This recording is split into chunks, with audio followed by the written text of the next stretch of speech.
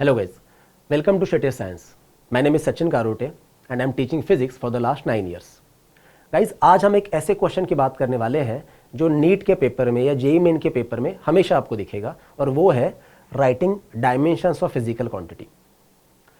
Physics में 200 से ऊपर फिजिकल क्वांटिटीज़ है.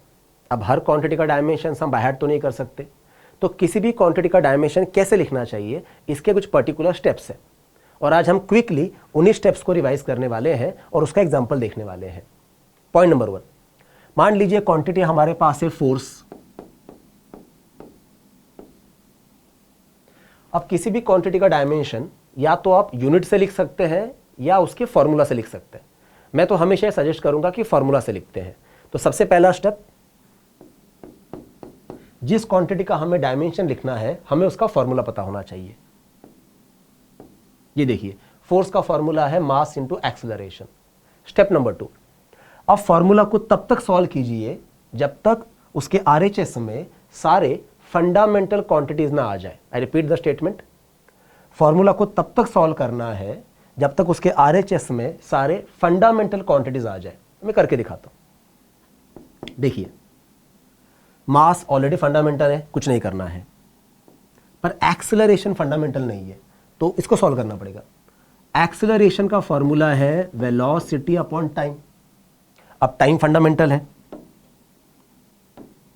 तो एक काम करते हैं गाइस, ये देखिए मैंने मास और टाइम को साइड में लिख दिया. अब क्या बचा? वेलोसिटी. वेलोसिटी भी फंडामेंटल नहीं है, तो उसको भी सॉल्व करते हैं. और वेलोसिटी का फॉर्मूला है लेंथ अपॉन टाइम. अब देख लीजिए, mass fundamental, length fundamental, time fundamental. अब इससे ज्यादा हम इसको सॉल्व नहीं कर सकते. अब इसको हम ऐसे भी लिख सकते हैं, बाय द वे मैं साइड में लिखता हूं.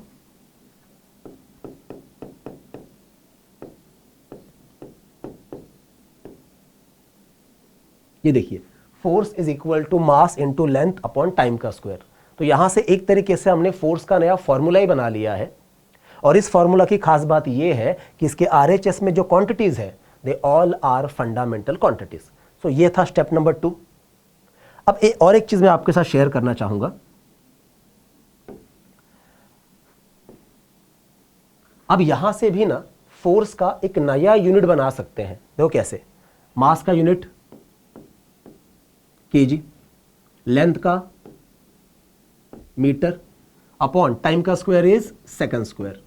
तो गाइज ये क्या है? This is unit of force in terms of fundamental units. इस पे भी कुछ बार क्वेश्चन आ चुके हैं, तो ये भी आपको याद रखना है. पर खैर, हमारा मेन फोकस क्या है? डायमेंशंस. तो स्टेप नंबर 1 में क्या था? फॉर्मूला लिखना है. स्टेप नंबर 2 में फॉर्मूला को तब तक सॉल्व करना है जब तक उसके आरएचएस में सारे फंडामेंटल क्वांटिटीज ना आ जाए. स्टेप नंबर 2 पूरा हो चुका है. अब है स्टेप नंबर 3, सबसे क्रूशियल स्टेप. तो गाइस, साइंटिस्ट ने हमें डायमेंशन लिखने का एक पर्टिकुलर पैटर्न देके रखा है. पैटर्न ये है. डायमेंशन लिखना मतलब ही क्या? उस क्वांटिटी का यूनिट फंडामेंटल यूनिट्स के फॉर्म में लिखना. ठीक है, तो देखिए फंडामेंटल में क्या क्या आता है? मास, लेंथ, टाइम, टेम्परेचर, जिसे हम के लिखते हैं. कुछ कुछ जगह पे थीटा लिखा हुआ भी आपको मिलेगा. टेम्परेचर के बाद आता है करंट. एनसीईआरटी करंट के लिए ए लिखता है, महाराष्ट्र बोर्ड आई लिखता है, पर हमें ए याद रखना है. ठीक है, सो मास, लेंथ, टाइम, टेम्परेचर, करंट, 5 हो गए. उसके बाद आता है luminous intensity, that is candela. उसको हम सी से लिखते हैं, बहुत कम बार काम आता है. और last but not the least, mole. Guys, ये रहा डायमेंशन लिखने का तरीका. और यही ब्रैकेट, स्क्वायर ब्रैकेट ही आपको यूज करना है. महाराष्ट्र बोर्ड डायमेंशन में एल पहले लिखता है, एम बाद में लिखता है. पर एनसीईआरटी या एंट्रेंस के पेपर में हमेशा एम ही पहले आता है, तो हम भी एम पहले लिख रहे हैं. अब चलिए काम स्टार्ट करते हैं. देख लीजिए फॉर्मूला, देख लीजिए पहले. फॉर्मूला में मास है, हाँ है. कितनी बार लिखा है मास? एक बार, तो m का पावर लिख दो 1. फॉर्मूला में लेंथ है, हाँ है. कितनी बार लिखा है? एक बार, तो l का पावर लिख दो 1. फॉर्मूला में टाइम है, हाँ है. कितनी बार है? टाइम का स्क्वायर मतलब 2 बार, तो यहां पे आएगा 2. पर होल्ड ऑन, अब यहां पे खास बात, टाइम डिनोमिनेटर में है, ऊपर शिफ्ट करते न्यूमरेटर में तो पावर क्या आता? -2. तो हाँ गाइस, डिनोमिनेटर में है इसीलिए पावर माइनस। अब इसमें टेम्परेचर है नहीं, तो k का पावर 0, करंट है नहीं, 0 0 0। तो गाइज ये रहा फोर्स का dimension, MO1 LO1 T-2 K0 A0 C0 मोल 0। अब आपके में सवाल आया होगा ये क्या पूरा पूरा याद रखना है? बिल्कुल नहीं। अगर आप NCERT का बुक ध्यान से देखोगे तो वहां पे क्या करते हैं, जिस क्वांटिटी का पावर 0 आया है उसको नहीं लिखा तो भी चल जाता है। मतलब इन सबको नहीं लिख रहा हूं, ऐसे लिख रहा हूं, देखिए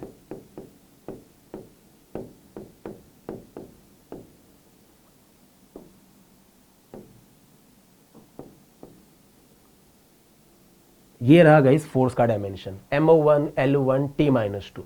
इतना लिखना काफी है। जिसका पावर 0 है उसको नहीं लिखा तो भी चल जाता है। और एक फाइनल चीज, इवन जिसका पावर 1 है ना गाइस, उसको भी देखिए ऐसा लिखा जाता है। मैं लिख के बताता हूं,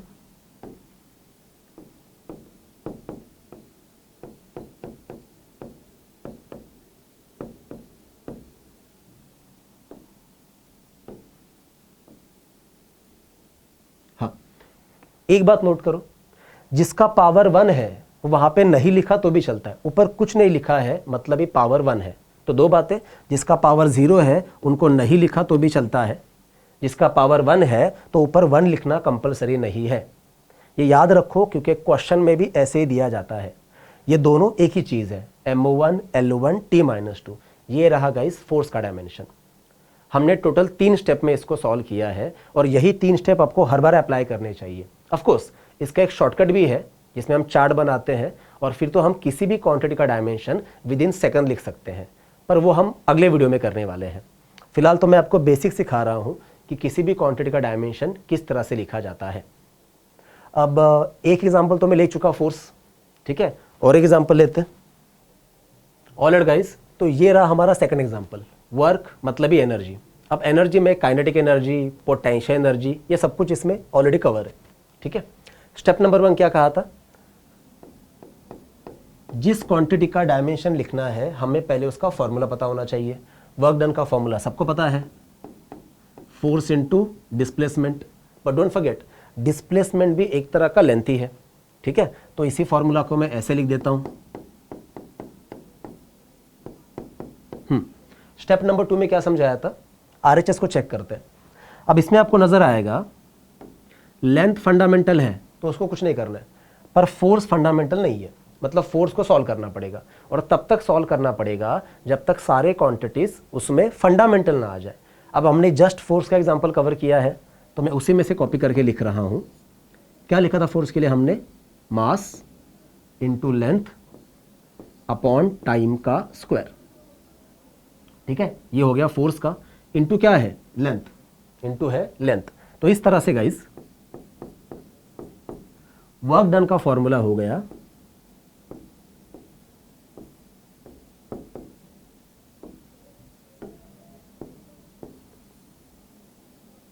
ये देखिए, work done is equal to mass into length square upon time square. अब इससे ज्यादा हम सॉल्व नहीं कर पाएंगे क्योंकि अब इसमें सारे क्वांटिटीज ऑलरेडी फंडामेंटल है। अब बस हमें स्टेप नंबर 3 अप्लाई करना है और जो प्रिस्क्राइब्ड पैटर्न है डायमेंशन लिखने का उसको यूज करके डायमेंशन लिख देना है। चलिए स्टार्ट करते हैं। अब जैसे मैंने पहले एग्जांपल में कहा कि जिसका पावर 0 है उसको नहीं लिखा तो भी चल जाता है, तो जैसे यहाँ पे ना करंट है ना टेम्परेचर है तो हम उनका जिक्र नहीं करेंगे। यहाँ पे सिर्फ 3 ही क्वांटिटीज है, मास, लेंथ और टाइम। तो हम डायमेंशन में सिर्फ और सिर्फ इन तीनों का ही जिक्र करेंगे। देख लीजिए, M L T, ठीक है। So here we go. M मतलब किसकी बात हो रही है, मास। मास कितनी बार है, एक बार, तो M का पावर 1। L स्क्वायर, लेंथ का जिक्र 2 बार है इसीलिए L का पावर 2। T स्क्वायर, टाइम का जिक्र भी 2 बार है पर वो डिनोमिनेटर में है इसीलिए टाइम का पावर -2। बस गाइस हो गया, ये रहा आपका डायमेंशन। वर्क डन का डायमेंशन है MO1 L2 T-2। अब आपके मन में एक सवाल आया होगा या आना भी चाहिए, ये तो फिर भी क्वांटिटीज थोड़े सिंपल साउंड करते हैं, लेकिन जैसे परमिटिविटी है, परमेबिलिटी है, इलेक्ट्रिक फील्ड है, मैग्नेटिक फील्ड है, या कभी कभी क्या करते हैं एक क्वांटिटी का नहीं पूछते, पूरा कॉम्बिनेशन पूछते हैं। मतलब फॉर एग्जांपल अगर आप प्रीवियस पेपर देखोगे तो आपको एक एमसीक्यू नजर आएगा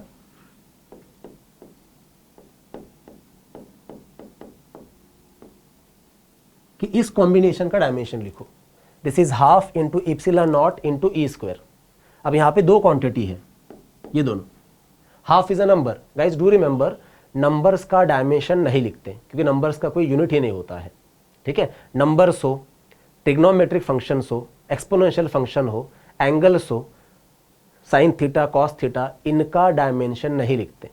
तो अगर इस कॉम्बिनेशन का भी डायमेंशन लिखना है तो सबसे पहली बात ये हाफ को मिटा देते हैं, ठीक है। अब हमें इसका डायमेंशन लिखना है। अब ये जो 3 स्टेप्स मैं आपको बता रहा हूं, इन तीनों स्टेप से करने जाएंगे तो ऑफकोर्स आपको आंसर मिल जाएगा, but that will be time consuming, और एंट्रांस में हमारे पास टाइम की ही कमी होती है। तो बेसिक आपको याद रखना जरूरी है, लेकिन इस तरह के बड़े बड़े कॉम्बिनेशन का डायमेंशन शॉर्टकट में कैसे लिखना है, टाइम बचा के कैसे लिखना है, ये भी हम जरूर देखने वाले हैं। और जैसे मैंने कहा ये हम अगले वीडियो में देखेंगे। लेकिन शॉर्टकट पे जाने से पहले गाइस बेसिक हमेशा पता होना चाहिए। अगर नहीं याद आया तो बेसिक से करो। हमारे पास हमेशा दोनों ऑप्शन अवेलेबल होने चाहिए, ठीक है। तो सबसे पहले तो आपको ये 3 स्टेप यूज करके अलग अलग क्वांटिटीज का डायमेंशन लिखने का सफिशिएंट प्रैक्टिस करना चाहिए। और एक बार आपको ये सब आ गया, then we can move to shortcut, ठीक है। तो आई जस्ट होप गाइस कि आपको ये सब समझ में आ गया है और इसका प्रैक्टिस करिए। Anyway, thank you so much. So guys जाने से पहले एक आखिरी बात, अगर आपको ये वीडियो पसंद आया है और अगर आप हमसे एक्सपेक्टेशन रखते हैं कि हम इस तरह के क्वालिटी वीडियोस आपके लिए लाएं, तो आपको एक काम करना पड़ेगा। हमारा चैनल लाइफ एट स्टेटस को सब्सक्राइब कीजिए, लाइक कीजिए और अपने दोस्तों के साथ शेयर कीजिए, उनको भी रेफर कीजिए, क्योंकि अल्टीमेटली गाइज आप हो या आपके दोस्त हो, कंसेप्ट क्लियर होगा तभी हम स्कोर कर पाएंगे। तो आई जस्ट होप ये बात आप समझ रहे हो। मिलेंगे अगले वीडियो में, तब तक के लिए थैंक यू सो मच।